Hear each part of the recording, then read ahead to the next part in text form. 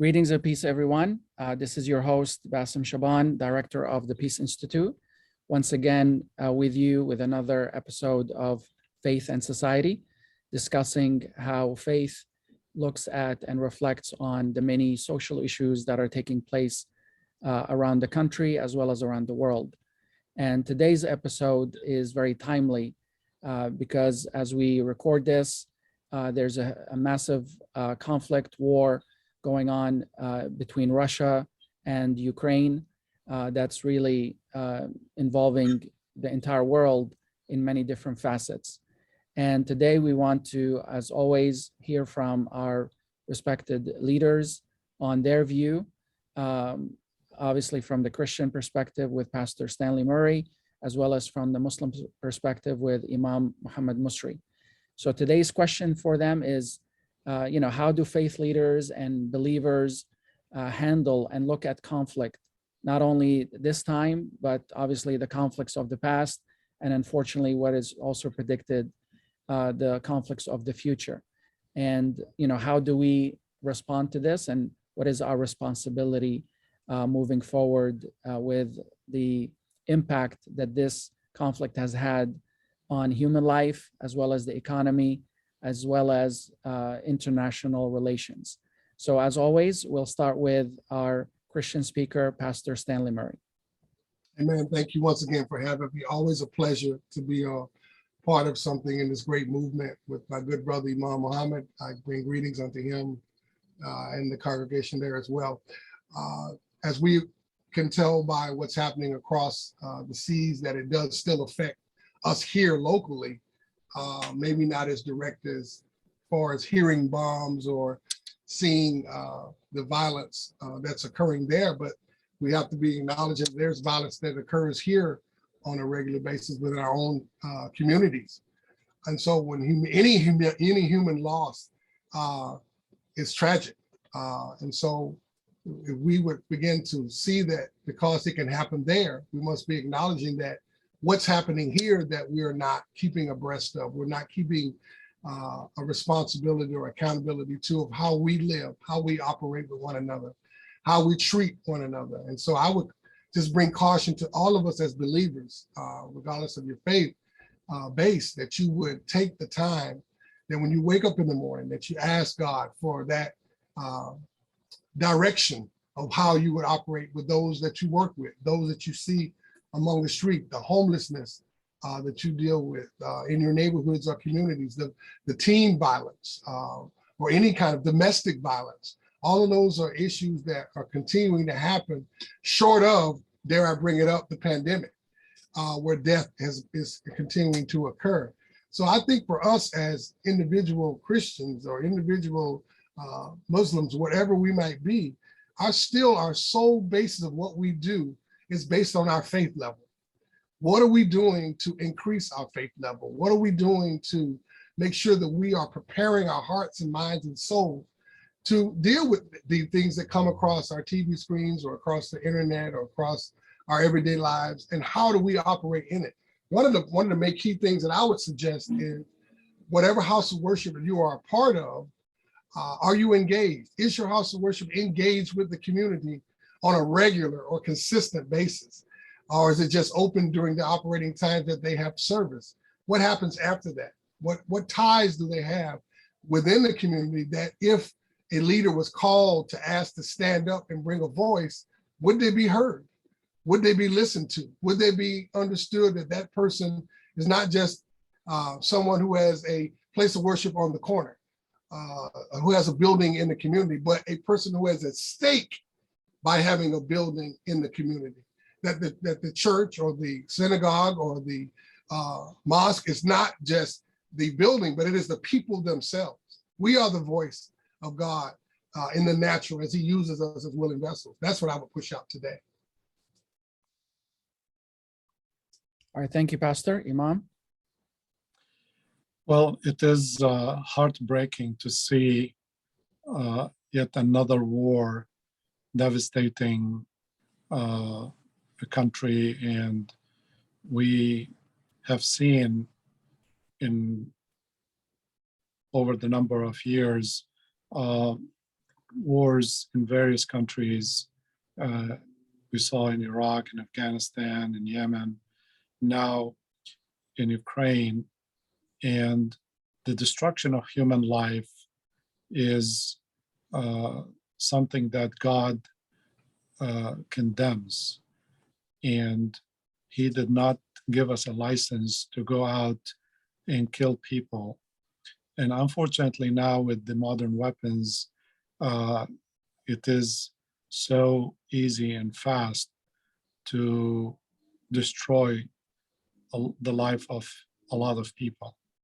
We have seen in just the last 2-3 weeks how the war in Ukraine left devastating damage throughout the country, and millions of people became refugees, and residential areas being bombed, people dying in large numbers. And that's very heartbreaking and sad. And we always, when things like this happen, reflect on the teachings, the commandments. God told us, love your neighbor as yourself. Yeah. And when we look at these two neighbors, Russia and Ukraine, which at some point were part of one country, back in the 20th century as part of the Soviet Union. And many people speak the same language, may have the same faith, and now they are not able to sort their differences on the negotiating table, and Russia resorting to violence and destruction that's not limited to military bases or to armies, but to the civilians. And so we feel that faith, when it's absent from our lives, when we do not, focus on God's commandments and see their importance, we end up with conflicts like this. Because if we follow that commandment to love our neighbor and to say, okay, maybe our neighbor is not the best person, but because God asked us to love our neighbor, we love them anyway, even if they are different, from a different color or different language or different culture or different faith or different political view.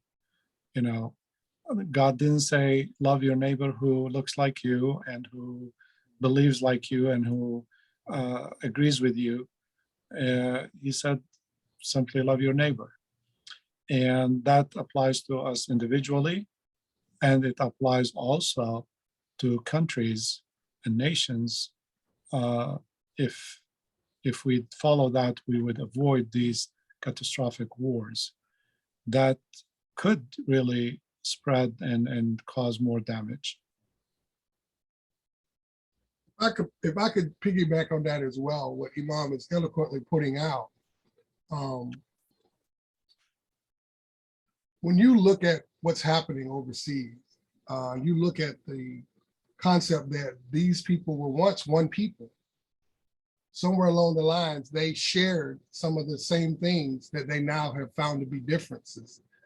And so even now here in America, we have similarities that we all were at one time looking at it out of the same glass, who now we find ourselves at differences. So it does not take much, as you can tell, to separate, to disconnect, there I use the word divorce, if you will, from culture, from creed, from orientation, from gender. And these are the things that are going on in the world that is getting more and more open. And dare I say it, it seems to be getting more and more acceptable. And so we're gonna have to just take notice that these things are not going to just stop abruptly, simply because we turn an eye to it or don't pray to God for greater and pray to God for more of his presence to be seen and felt among this earth, not just in this country. So I just want to just add to that, that when you realize that we're all coming from the same mindset, we all bleed red. We all have hearts, livers, kidneys, gallbladders. Well, I lost mine in December, but but we all have had organs built the same. And so I use that just analogy just to say that if I lost an organ, does that make me less of a human? Should not. So we should find those ways to find common ground, to love one another and exist on this earth for the time period that we have, because we all were born, we all live, and we all will die eventually. And I want to also add to our responsibility towards, the refugees, the millions of people who are now, for no fault of their own, see bombs falling on them, and they are forced, the women, the children, the elderly, are forced to leave abruptly their homes and take great risk to escape, and some of them don't make it to neighboring countries. And the idea of taking care of the refugee, if we look back at in Islam, the Prophet, when he was persecuted in Mecca and he had to migrate to Medina like a refugee and with his followers from persecution. We saw that with, Moses and the children of Israel out of Egypt. And in our lifetimes, we have seen waves of refugees from different countries who are innocent people trying to escape the violence, the threats to their lives, little children, babies. As people of faith, God tells us, I was hungry and you didn't feed me. I was, thirsty and you didn't give me water to drink. And I was homeless and you didn't give me a shelter. So this is our opportunity. I see it as an opportunity for people of faith to rise up and to help those who are in need, because if the tables were turned, if it was us who were experiencing that, we would definitely like our neighbors to, give us the opportunity to escape to safety and give us a hand when we need it. And I feel that this is part of our faith traditions and our humanity to, again, without looking at what race or faith the refugee identifies with, they are, people of God. We do it for the sake of God to fulfill our responsibility as people of faith. Amen. Now, Pastor and Imam, many people during these great tragedies, whether it's a pandemic, a war, a civil strife, they really wonder, if God is such a loving, merciful God, why does he allow these things to actually take place? This, might even lead to another episode we did in the past, full-length episode on it. But piggybacking on that, what would you guys say to your followers, or how does your faith handle an interpretation of why do these conflicts take place or these pandemics happen? If God is in full control, why does he allow these things to take place? Well, and of course, we speak about the power of free will that God has placed upon us as a gift. The Bible tells us that there's nothing new under the sun, meaning there's nothing that has not happened before in a different time or a different place. Jesus spoke about, there will be wars and rumors of wars, but these were just birthing pains, meaning these were the beginnings of greater things to come. And it doesn't always mean that the greater thing is going to be something horrific. However, in that process, we see the natural of life being taken away because of the free will of man. I still believe that God has a plan. He says that he has a plan for us, and that our ways are not his ways, and his thoughts are not our thoughts. And sometimes we try to rationalize how we feel as to how God should act. And so if we really did that, then probably when God should act, it probably wouldn't be a good time because we were thinking the way we were thinking. So I bring back to the reality that he is all knowing, he is all powerful, and that he does see and observe. And just like the pandemic took so many away, just like cancer takes people away on a daily basis, just like strokes and heart attacks and things of that nature happen regularly. Just because you're not directly affected doesn't mean it doesn't happen. And so now when we see war, we tend to personalize it because we're able to see and observe it. But have we had no idea it was going on? There are wars going on in Africa to this day that continue to still handle in the Congo, in Ghana and other places where civil wars are going on that don't even make the news. So I would go to say that death is occurring around us all of the time. In your inner cities, some of the major cities in this country have record numbers this year, record numbers last year with people who were violently killed, not car accidents, not by sickness, but by actual violence of one person committing it against another. So if you look at it, the differences that we have is that this is just being a center of attention at this time, but it does not mean that it has not been going on in other areas of life. Indeed, when we think about God and should God interfere constantly to stop us from perpetrating evil against one another, God gave us a free will. He gave us a world and gave us the responsibility to build this world in peace and use our intellect to reach the best potential for ourselves and for our world. Unfortunately, there are a fringe group always among humanity that they are not up to good, and they cause these types of strifes. It could be one man like we have now with Putin. We are seeing how demonstrations of Russians, they are against the war, but they're getting arrested and they are being punished for speaking out. What these conflicts bring in all of us, our humanity, it gives us the opportunity to express, to put aside our differences and unite against evil. And the majority of human beings are peace-loving. They want peace. They want to work together. And it is really amazing how fast the world came together to put, restrictions and sanctions.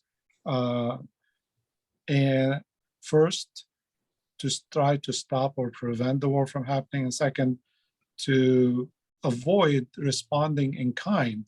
The world didn't just unleash more violence in response to the violence being unleashed by the Russian army right now. And we're trying to avoid, going to World War III. We're trying to respond differently through economic ways or, restrictions of travel and this and that, hoping to get the point across to the other side to say, war is not the path to achieve your goals. It is a path to destruction. And diplomacy and sorting our differences on the negotiating table is the way to go. So if we look at the violence and the death, yes, we see a negative, heartbreaking picture. But also if we look on the other side and we see how the world quickly united and put their differences aside and start working together to make this world a better place, it is quite an achievement, because that is what God wants us to do, not to be complacent, not to just go to our corners, but work together for peace. Now, as people of faith, we have this opportunity also to invoke God and do interfaith gatherings and meetings and talk to people who have influence on the Russian side, to speak as people of faith to the other side and say, call on your people to stop the massacres, to stop the bombings. Faith has a role to play, but we have not yet played it. We have not risen to the task at hand, and we are just watching the politicians and the generals make their moves. But we all need to mobilize and pray to God for peace, beseech God to bring an end to the violence, and talk to our counterparts on the other side and say, if you love God, if you believe in God, you need to call your troops and your people to stop this. So I see, not the cup half full, but half empty. I see it half full, that there is a lot of good coming out. And, if we stand by and do nothing, then it's a problem. But if we all mobilize and do something positive, I think, the world will be better off, as the pastor said, in various ways. All right, thank you. Unfortunately, we're once again out of time from these regular great conversations, especially this one that's very sensitive to international relations and the conflict that's raging in Europe. So thank you very much, Pastor Stanley and Imam Musri. Thank you very much. So thank you, our viewers, for watching another episode. And please get involved in your community, pray, be active, and we hope for a better world moving forward that we can work on together. So thank you very much.